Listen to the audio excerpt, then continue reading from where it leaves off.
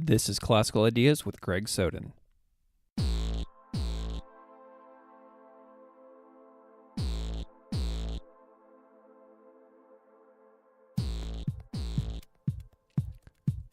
Welcome to Classical Ideas. This is Greg Soden. For a long time, I've wanted to discuss witchcraft, magic with a K on the end, and other ancient principles that are still practiced today. I'm also really interested in terms that have tended to make people nervous throughout time. Words like spell, ritual, ceremony, witchcraft, magic, alchemy, or heathen. It's interesting to think about what has been such a big deal about these terms and why people throughout history have suppressed practices of witchcraft and gotten so nervous. I hope this is the first of more conversations that are possible on the history of witchcraft. Today's episode features Danielle Dulski, a witch, author, yogi, and energy healer whose work is rooted in a concept she calls the holy wild, which is humanity's deep and embodied feminine connection to the natural world.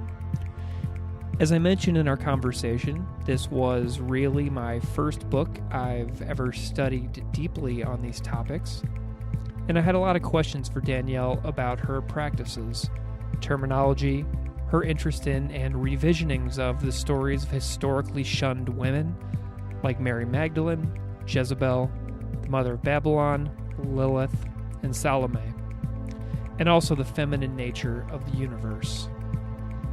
Danielle Dulski is the author of The Holy Wild, a heathen Bible for the Untamed woman. The book is out now from New World Library. This is a really cool book, and I enjoyed reading it and talking about it with Danielle. So please enjoy my conversation with Danielle Dulski.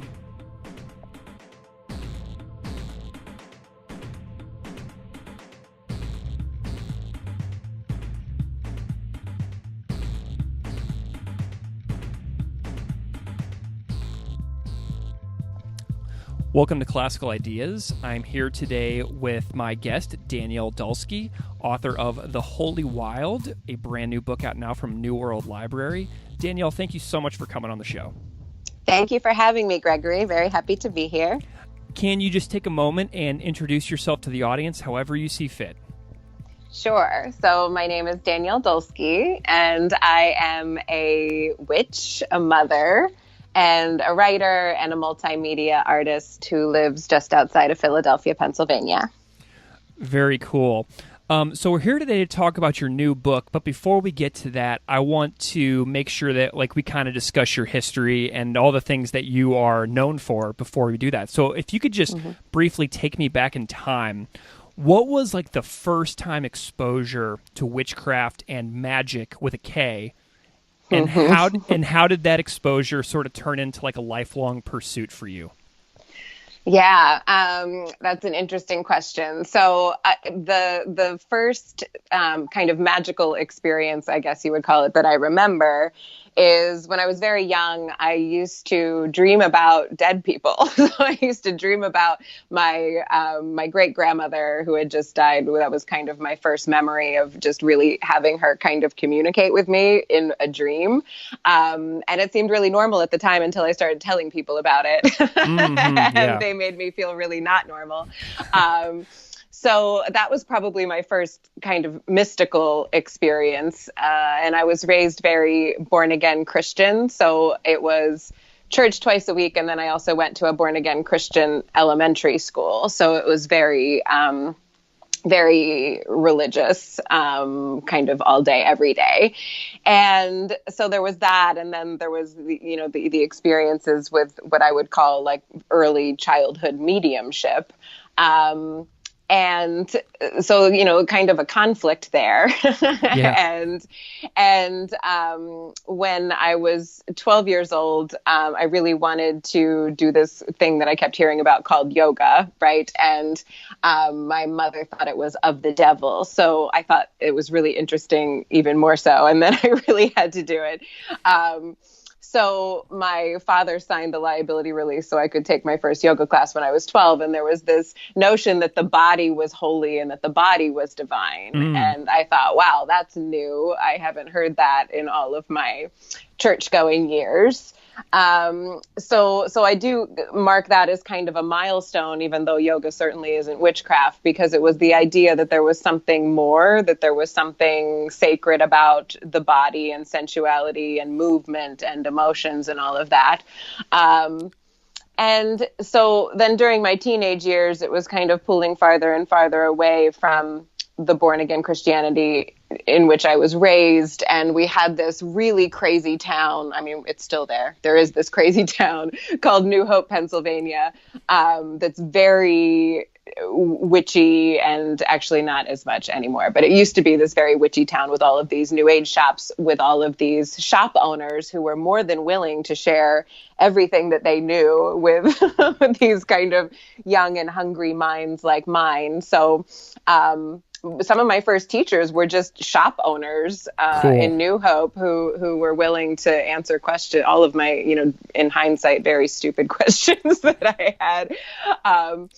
And then when I was 18, I moved to Ireland and lived there for 6 months. And that was a very powerful experience, because in Ireland, they have this very strong current of paganism that kind of runs right alongside Catholicism. And there's something very ancient and, for me, ancestral about that. So, when I came home, it was a new spiritual incarnation for me. And I just started getting more and more into it. And I joined a coven, kind of an informal coven, and started being trained. And when I was 25, I had my first son. And I was still very much hiding my witchcraft, but I had one of those kind of dark nights of the soul moments that I think every woman has when it's like the middle of the night and they're nursing their baby, and it just seems like the loneliest, the loneliest place in the whole world. And I just had this feeling like I wanted my son to grow up as authentic as possible, and I didn't want him to have to hide any part of who he would end up being. And yet I was hiding this huge part of who I was. I was casting spells in my playroom. Yeah. I was like lying about where I was going when I was going to rituals. So that was a big turning point also. So 25 and I'm 38 now. And that was kind of like my big coming out as a witch. I was just like, I'm not going to scream it from the rooftops or anything, but I'm not going to hide it anymore either.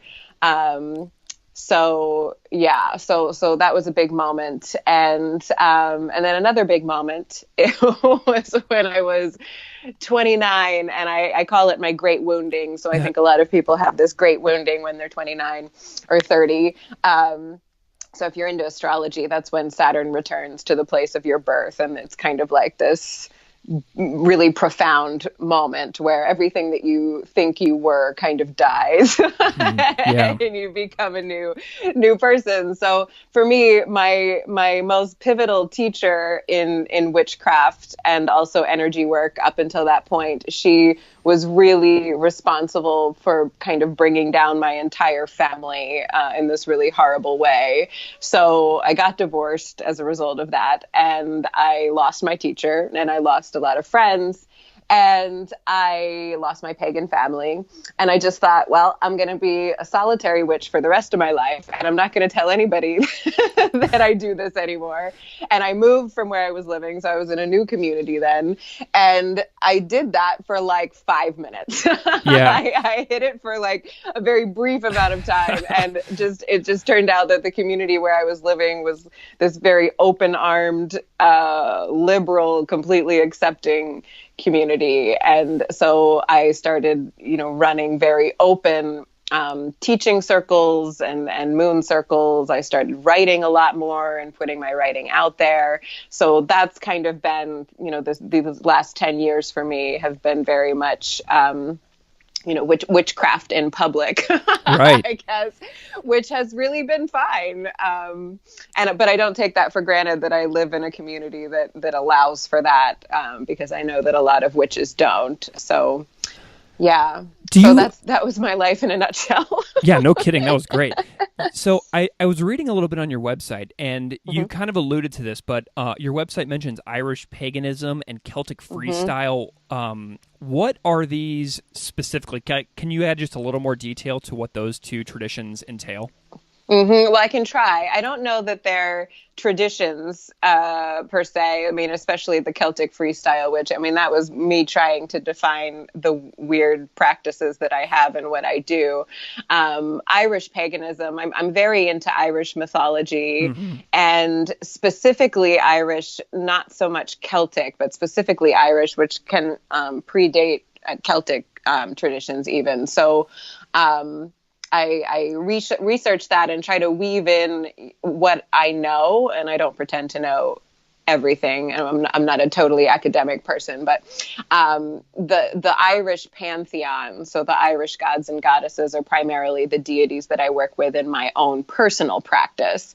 I don't teach them so much, but they are who I work with. I don't think that you need to work with deity necessarily to be a witch, so I don't usually um, I don't usually tell newer witches or those who are just coming to witchcraft that they need to find like a matron or patron deity or anything like that. But for me, the Irish gods and goddesses are very kind of comprehensive in what they represent. And because a large part of my ancestry is Irish, and I did live there for 6 months, I do feel like this kinship with them, more so than I might with other deities in the pagan pantheon. If Cool. that answers your question. Absolutely, yeah. So as I was reading your book, like there's some vocabulary and terminology that I was kind of latching onto that I think that we should discuss briefly. So first of all, we have magic with a K, and then just the terms witch, alchemy, spell, ritual, heathen. So some of these terms, they carry a lot of weight in the history of our country. And they might be scary and off-putting to some folks, but I feel like it need not be so. So what do these terms like magic, specifically with a K, and then witch, alchemy, heathen, like what do these terms mean to you? Yeah. So, well, to start with, magic with a K, that I believe was formalized by Gerald Gardner relatively recently in the 20th century, just as a way to distinguish between magic, what it is that witches do, and magic that magicians might do, which is more like illusion or trickery. Sure. So that's something that using the K in magic, that's something I started doing just years and years ago because I was told that that was the right thing to do. Yeah. It's one of those patterns that we kind of stick with. And then heathen. So heathen's one of those great words that I do know kind of evokes this visceral experience in people, just like witch and pagan. But heathen, the etymology of heathen, it means dweller on the heath or inhabiting uncultivated land, which is what pagan means also. So I'm using it as this going back to what a witch might call the old ways, but this going back to a felt kinship with the land that would predate any formal religion. So, the word religion for a lot of people, it kind of is, for a lot of people who have been wounded by religion. Yeah. It kind of seems like it's a system or there's this very rigid doctrine that you have to adhere to. And for me, and I can only speak from my own experience, but for me, my witchcraft doesn't seem systematized. I have these patterns that I kind of sink into, but it doesn't feel like I need to be confined by any rigid rules. So for me, heathen, that's what that means. It's this idea of like going back to inhabiting uncultivated spiritual ground where we are permitted to change our spirituality if we want to, or to have those periods of kind of spiritual void where we might wake up in the morning and not feel like building the altar to the full moon, even though it's the full moon, or whatever we think we should do as witches, those days when you just don't have it in you, that's okay. And it doesn't mean that, well, clearly this practice isn't for me. It just means that, every part about us waxes and wanes, and our spirituality is no exception. So I think that the idea of heathen and being uncultivated, it's that too. It's allowing your spiritual practice to have those times, those fallow times where it doesn't feel like you need to be just all in all the time. Right. Yeah. So have you come across any situations in your life where people have challenged you because of you using these terms? Like, how do we renorm these things for people who might be freaked out by these terms? Do you have any experience in that? Sure. I do.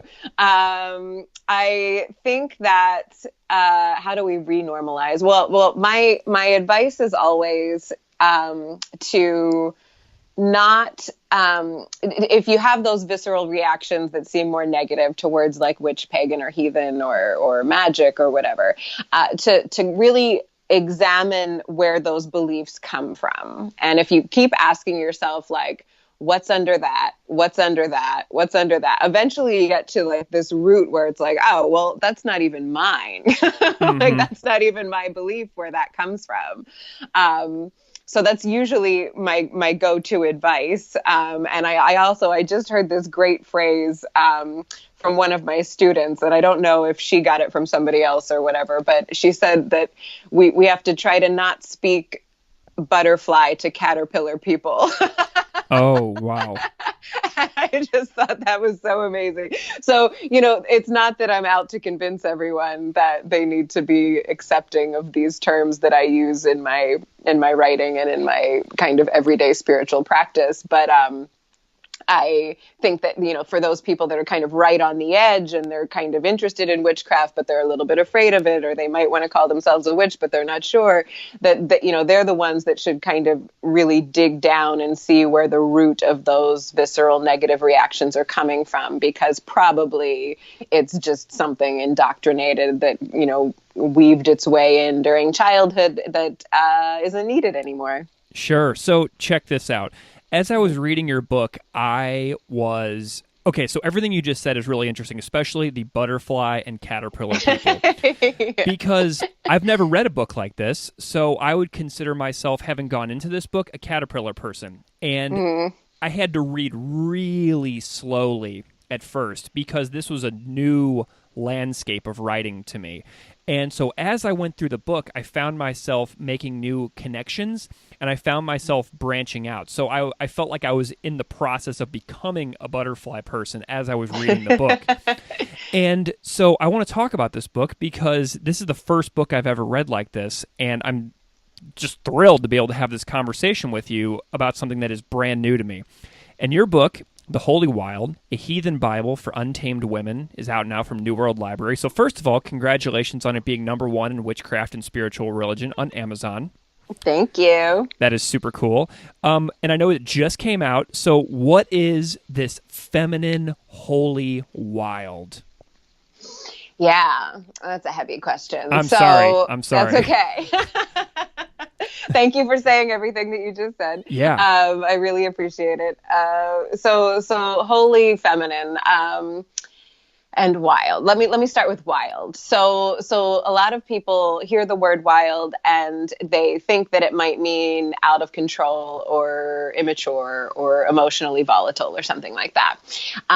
But when I use the word wild, what I'm really talking about is nature, and in particular, the way nature cycles in terms of the solar and lunar cycles, but also the elements and everything about this wild world that we live in. So that's the idea of wildness.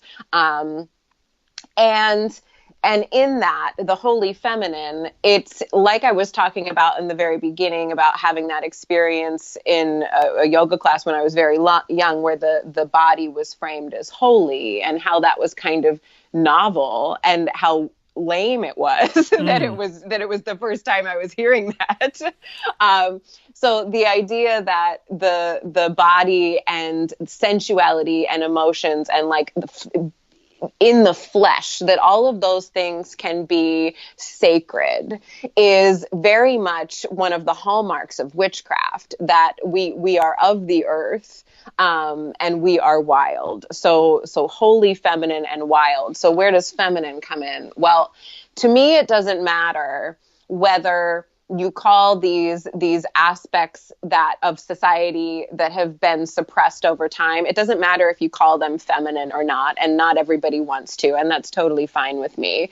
I know that the polarity of masculine versus feminine doesn't totally serve all of the time. However, there is something to the body, sensuality, emotions, everything that I'm saying as being feminine, because there's a real connection between the suppression of the feminine and the suppression of environmental consciousness, the suppression of women's rights, the stripping away of female bodily autonomy, right? So there is something to that idea that the feminine has been suppressed in the same way that these other aspects of an earth-based tradition have been suppressed. So holy, feminine, wild, it's this idea that the parts of our spirituality that might be rejected in a more patriarchal religion like Christianity, that in witchcraft they're very much accepted, to the point where they're looked at as gateways to the divine, or to magic, to connecting with the mystery.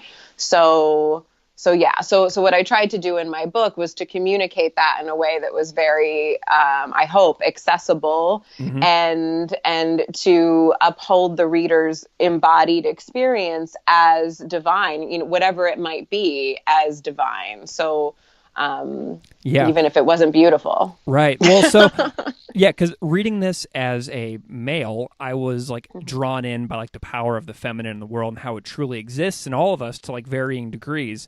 And I think that a lot of guys would be really apprehensive to discuss the feminine, like of their nature, so to speak. Can you speak a little bit about like a little bit more about that gendered significance of the book, and how this book is not just for women, but can be instead read and ingested by open-minded men too? Yeah, absolutely. I mean, I think that's it. It's not about, to me, it's not about gender at all. So the masculine and the feminine cycles within all of us, regardless of what our gender might be. So I do think that, like you said, maybe more open-minded men, men that aren't afraid of, the idea that they do have a feminine aspect to their psyche. Yeah. And that they live in this world too. Right. That certainly they can read it and get a lot out of it. And I've heard a lot from men who have read it, who have said similar things, where, they kind of initially felt like, oh no, I don't want to read a book that says it's specifically for women, but then they do, and they end up receiving this kind of potent medicine in a way they hadn't expected, perhaps. So this book, it feels like almost timeless to me. Like if someone handed me this book and it didn't have a cover on it, and somebody told me that, like, read this portion, and they're like, oh, this was written in 1760, like, I would be able to believe it. Like, and then if somebody told me that it was written like in 2018, like, I could believe that too. So you have like almost like a timeless style. Like, why do you think that you're able to write a book that feels like applicable to any era? Because that's no easy feat. Yeah. Thank you. That's like one of the best compliments I've got about the book. Oh, you're welcome. I mean, it's true. Like, I feel like it could be of any era. Yeah. I mean, I guess when I write anything, whether I'm writing a book or, an article or a poem that nobody's ever going to read, I do, I guess, kind of subconsciously almost try to make it timeless, so that it could meet whoever's reading it whenever they're reading it, right in the place where they are, without making it seem like, that they're excluded because of, that they don't live in a really really rural place on the mountains, or that they are a man or whatever. So I do try to write in a way where it's authentic, but that I hope that anyone could receive something from it. So yeah, I guess that's all I have on that right now. But yeah, it's interesting. I kind of consider myself a storyteller first, and kind of witch mother and everything else second. So I'll always be a storyteller, and I am always trying to tell stories that that'll meet the reader or meet the listener in a place where, in an unexpected place where. Yeah. I'm always really interested by the decisions that writers make as well in their books. And one question I have is, why did you use the term Bible in the subtitle to the book? Yeah. Bible was when I was coming up with, what the title of this book would be. And I came up with the title before I came up with anything else about the book.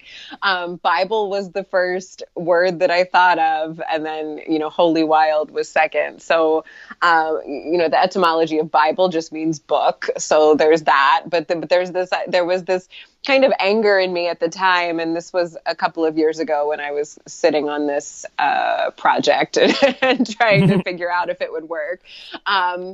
But I did have kind of this anger in me at the time, like, why does a word that just means book, why does that, seem like it belongs to a particular religion? So that was where that came from, this idea like, well, we get to have holy books too.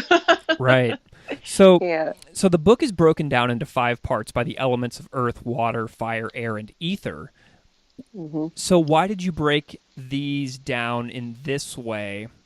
And are there any significance to using 5 books? I'm reminded of the 5 books of Moses, and you have 5 books. So is there any significance to why you broke them down by element and also the number 5? There's no real significance to the number 5, other than I do really like that number. But the elements, yes, the elements are kind of a lens through which I see a lot of my spiritual practice, but also the world in general. So it was kind of easy for me to think of, what will these different books be, and have them be linked to the elements, because a lot of the work I'll see a deity or the chakral system or a spell or the season that we're in. I'll see all of that in terms of the elements. And I hope that I did a good job of presenting the fact that, the lens through which I see the world doesn't have to be the lens through which everybody sees the world. But in organizing a book, it really helps to have kind of this structure. And so for me, the elements are a very accessible structure. I feel like most people, if I say earth, there's this felt kind of embodied sense about what that means. Earth is heavy, earth is steady, versus water is more fluid and changeable. So, so that was where the elements came from.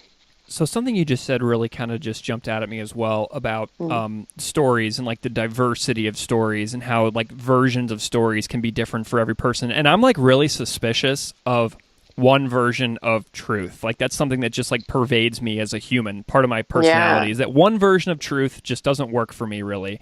And my favorite parts of the book are your revisionings of historically shunned women. So you talk about Mary Magdalene in the air section, Jezebel in the ether section, the mother of Babylon in the fire section, Lilith in the earth section, and Salome in the water section. So what draws you to these stories of these historically shunned women? Yeah, that's a great question. I'm suspicious of anybody that has one version of the truth also, or that says they know anything for sure. But yeah, I had this experience when I was going to Sunday school, and I feel like I was maybe about 8 or 9, where I had to, we were coloring, we would have these black and white sheets that you would color, right? And the image was Jezebel being pushed from the window, the defenestration of Jezebel. And so, I'm really young, and watching all of these young kids like color like the murder of this woman. Oh my and, gosh. and I had the wherewithal to be like, this is kind of messed up. And I remember that very vividly. And so in looking back at those stories of the shamed women, and how women have really become teaching tools, but the women of the Bible, the shamed women of the Bible, have become these teaching tools for what sin is or shame is, and very much were for me during my religious indoctrination during childhood. The Mary Magdalene, I mean, she was Right. like the worst thing. Right. Right? She was who not to be. And all of that paralleling the fact that asking any questions, particularly when you're a child, about, God or is this really true, or like questioning the Bible verses or something like that, would be met with such disdain, if not punishment. So, this idea of revisioning their stories, I feel like that's something that I almost felt kind of born to do. And I know that Oh, sounds cool. I know that sounds kind of like I think I'm more amazing than I really think I am. but I don't mean it that way. I don't mean it with any ego, but it just felt, I really felt that I was kind of vindicating a lot of my spiritual wounds from childhood when I was doing that. So yeah. What did you enjoy about the creative process of revisioning and rewriting their stories? Because those were my favorite stories in the entire book. Yeah, thank you. That those were the hardest part of the book to write, were those revision tales, and I revised my revisions 10,000 times. But yeah, I guess I liked the idea of liberating that particular feminine archetype through words or poetry, or maybe just not even that, but maybe just like raising these questions about, oh, maybe what I was told wasn't exactly how it happened. So yeah, there was this feeling of liberation, both for me, spiritual liberation in the writing, but then also this feeling like I was kind of untying some binds around the feminine wound. So you talk in the book about a concept that I really enjoyed, something like called the Confining Garden. And the Confining Garden is often seen as, like, for a long time in someone's life, as like a safe place.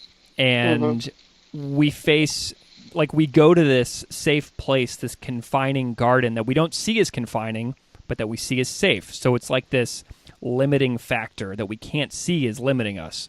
And in the book, you discuss writing like your first 10 chapters as they've been lived. So this is like a journal, like an exercise, a ritual. So write your first 10 chapters as you have lived them.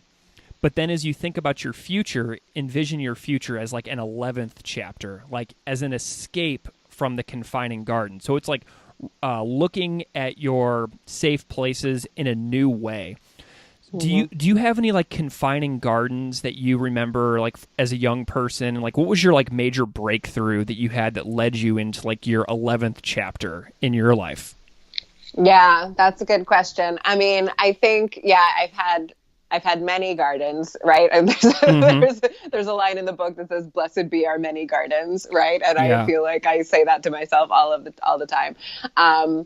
But we all have all of these confining spaces that I think the most important point of the garden is, like, the garden doesn't really change, you do, right? So as you harvest more parts of your soul, whether it's like wounds or shadows or whatever, when you have this expanded self-knowledge, whatever that opportunity is for you to expand knowledge about yourself, then all of a sudden those kind of smaller gardens, they just don't fit you anymore. Like, you're almost too big for them.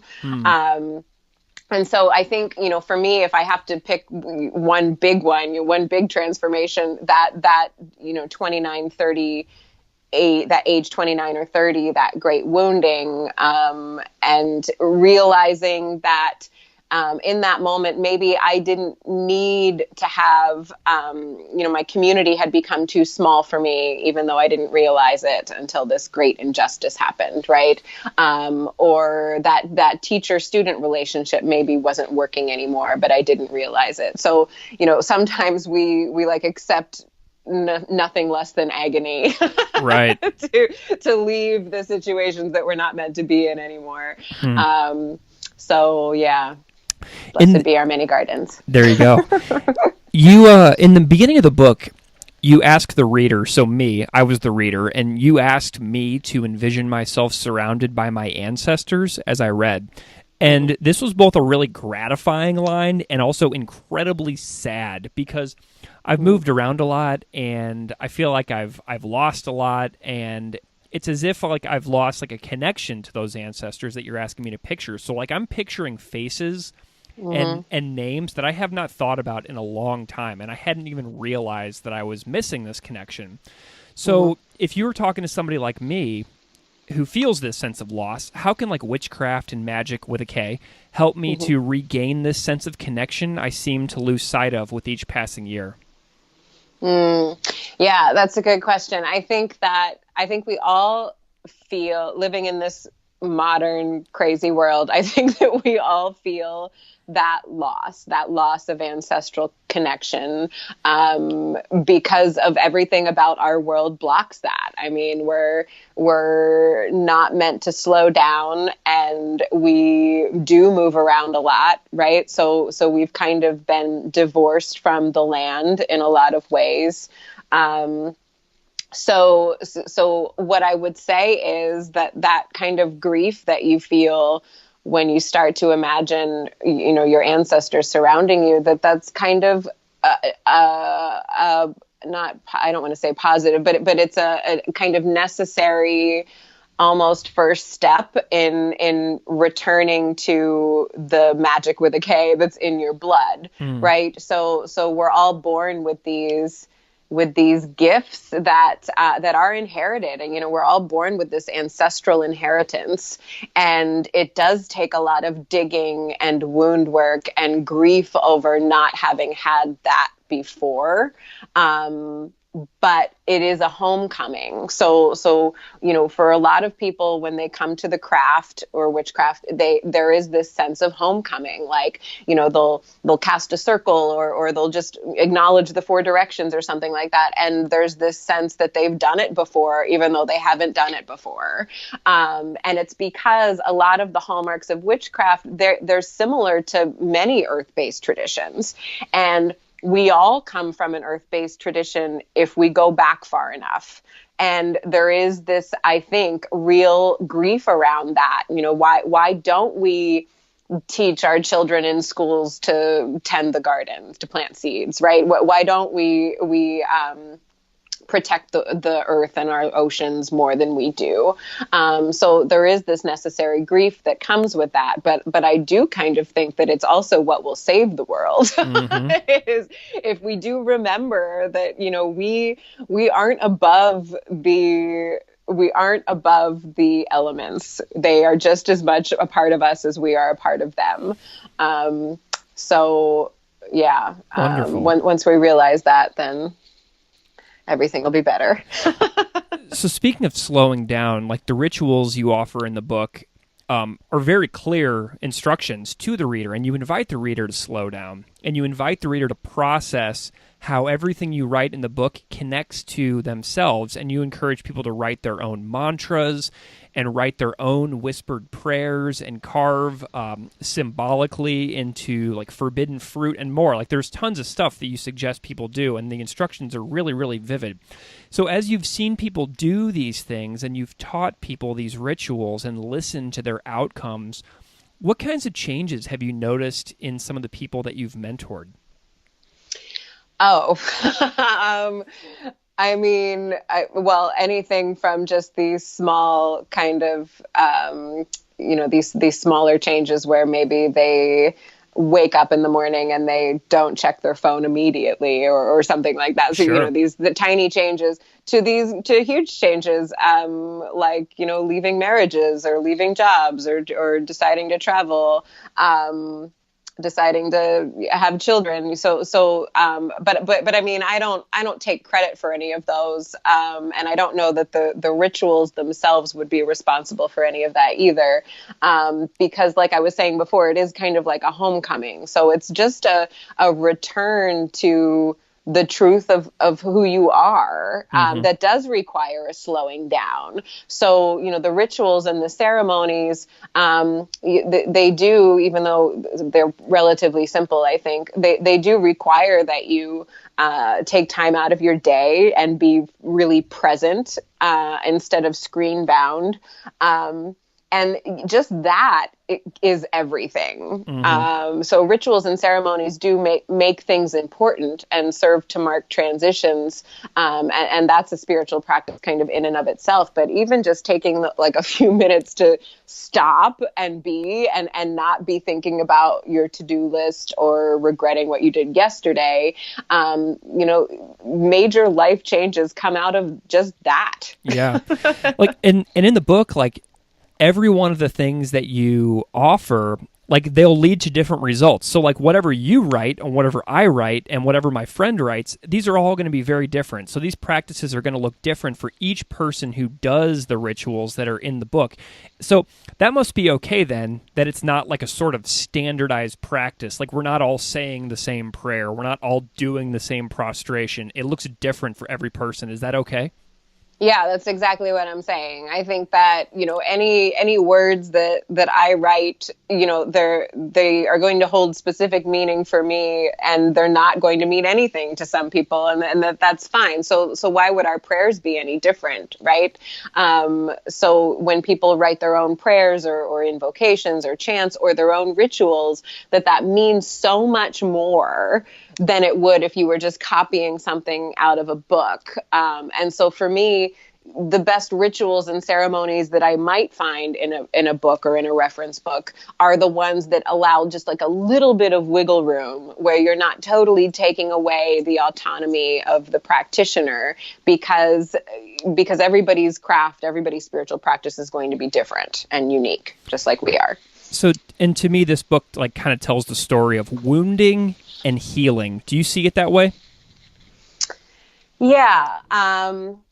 To a point, I think that for me, the best definition of healing is all of healing is just awareness and integration. So it's never about fixing anything, unfortunately. It's just kind of like, I know this about myself, and now I'm going to integrate that knowledge into what I would call our light of day personality. So I'm going to stop ignoring that wound. Instead of putting a Band-Aid on it, I'm going to use that wound as kind of a power source, right? So in that way, I think it is a book about wounding and healing, but not healing like, making everything perfect and better, or returning to some, more perfect state. It's more about looking the wound like in the eye and being like, I see you, and I'm going to use you because you're mine now. Yeah. So I have one more question about the book, and then I want to ask a few simple questions before we wrap up today. So what is the Red Road Journey? I was reading the conclusion, and I was really captivated by the phrase Red Road Journey. So how are we all on this, whether we realize it or not? Yeah, it's interesting. So the red road is something I had a dream about years ago, and it's not just a red road. It's kind of like this spiral red road that kind of goes down and then back up again. So in that way, it's almost never ending, right? So that was where the metaphor came from that I was using in the book. This idea of the red road as everybody's spiritual journey that kind of has no beginning or end. It's just always ongoing, and that the journey is where the magic is. But then somebody told me, it was like right when the book was coming out, so maybe just 3 or 4 weeks ago, that the Red Road is very, very much in Native American mythology. So different tribes use this idea of the Red Road, which I hadn't heard before, and I haven't had a chance to kind of research that and see if there's any parallels because I want to be careful of appropriating that because I have no native blood in me. But yeah, so for me, this red road, red is the color of soul for me. It's the color of the root chakra. It's very primal. And then this idea of a road that doesn't really go anywhere. I mean, there's no destination, I think. And so, even in spiritual traditions that have reincarnation, there's this idea of like, there's an end point, right? We reach nirvana or we strip away all of our karmas. Eventually we learn the lessons that we're meant to learn. And I just always wonder if like, that's not it, if like, even that's kind of linear thinking, right? So what if we're just here to like be here? Right. I know it sounds like I'm like stoned or something. I But think that I think Kurt Vonnegut once said that the purpose of life is to fart around. Yeah, exactly. Like, what if there is no goal? We're just here to like walk this spiraling road that doesn't really go anywhere. And I'm not saying that in like an existential kind of depressing way, because I think there's a lot of magic here. There's a lot of pleasure and hedonism and like what if that's all what it's all about? Yeah. So I kind of want to talk a little bit about just an ordinary day for you. So as a witch, yogi, practitioner of magic, mother, partner, what does like an ordinary day look like in your life? Like take me through a normal day from wake up until bedtime. Yeah. So the days now are relatively atypical because I've been traveling so much and my schedule's kind of completely been disrupted. But a typical day, a boring one, yeah. Give me a normal one. A boring day, okay. A typical boring day. I would wake up if my kids are here, and so I have my kids half the time. So if my kids are here, I get the kids to school. And my partner helps with that. So he's here too. And then after the house is empty, so around 9 or 10 a.m., then I do have a room that's kind of my own that's in the front of the house. And so I'll go there and I'll spend sometimes just 10 minutes, right? But sometimes longer, an hour or two, moving, and it is moving through what I call body prayer. So this is kind of unique to my own witchcraft, where I try to move in a way where I can feel magic in my body. And so that looks different on different days. But so kind of linking my sacred practice to movement. So I'll try to stay in that for as long as I have. And like I said, sometimes that's a very short amount of time. Sometimes it's longer. And if there's spell work to be done, I'll do it then also. And then the rest of the day, I'm probably writing or I'm preparing to teach or I have an interview or something like that until just maybe 2 o'clock or so. And then before the kids get home, I do try to go for a walk with the dog and my partner. Because after the kids get home, it's all over. The kids get home from school around 3. And then like if it's a weekend, then at night I might have like a ritual to go to or something. But during the week, I think it's I'm pretty much like everybody else. I mean, I'll watch some Netflix and Nice. Yeah. I just finished The Haunting of Hill House. Yeah, see, we're halfway through. It's so good. Oh man, it's great. So, as the mother of sons, you have this book about the untamed, like feminine. As the mother of sons, how do you carry these teachings into that aspect of your life, working with young men? Yeah, any way I can. Yeah, it's interesting. Like I was just talking to a friend of mine who also has 2 boys, and we were talking about like, if we were to have another baby and it wasn't a little girl, we'd be really upset. And then we decided that we're not even going to try. But then, the conversation really drifted to like, as the mother of girls, which we weren't, we would be so different. We would be so like fiercely protective, I think, in a different way. and my example was I have a 12-year-old son, right? And he just went on like his first date. And I was like more worried and protective of this anonymous girl that he was going on a date with. Oh, interesting. Like just to the ice cream parlor. Like I was more like, well, how is she getting home? Like than I was about him. Right. and I thought like that would be exhausting if I had to be that way with my own daughter all the time. So as the mother of sons, what I've always tried to do is to like not save any of the, I mean, maybe I would call it wisdom, but like not save any of the advice or the instruction that I have for later. That like, if I think of it, even though my youngest is only 9 right now, I try to like say it right then so that I don't, try to put it off for some date where some invisible date in the future when I think they're mature enough to handle it or whatever. So, they've always, in terms of witchcraft, they've always done these kind of mundane practices with what I would call mundane practices with me that they think are kind of fun. Like they know how to cast circles and things like that.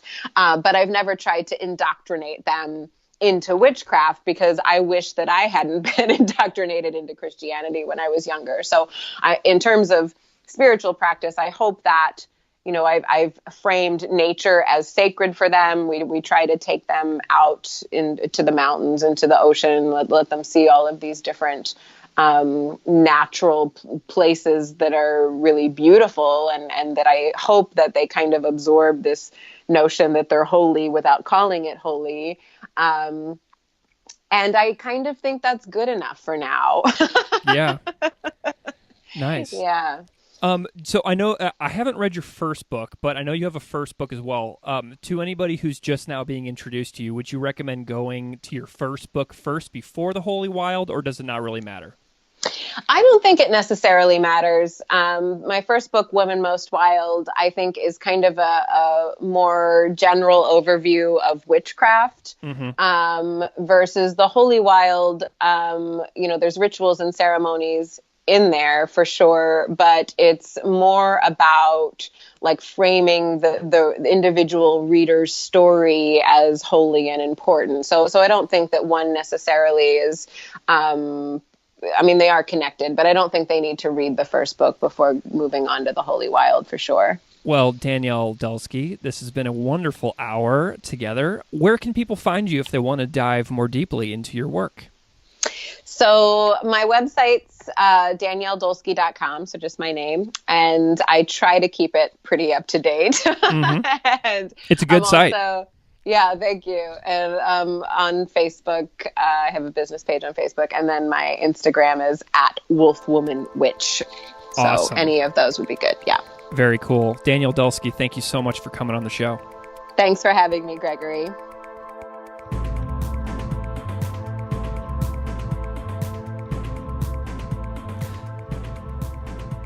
Classical Ideas is produced by me, Greg Soden.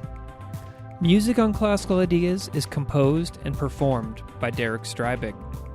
You can find his music at www.wearewarmmusic.com. If you like this show, please rate it on iTunes, Stitcher, or wherever you get your podcasts. You can email me at classicalideas@outlook.com. Or find me on Patreon at patreon.com/classicalideaspodcast. Thanks so much for listening.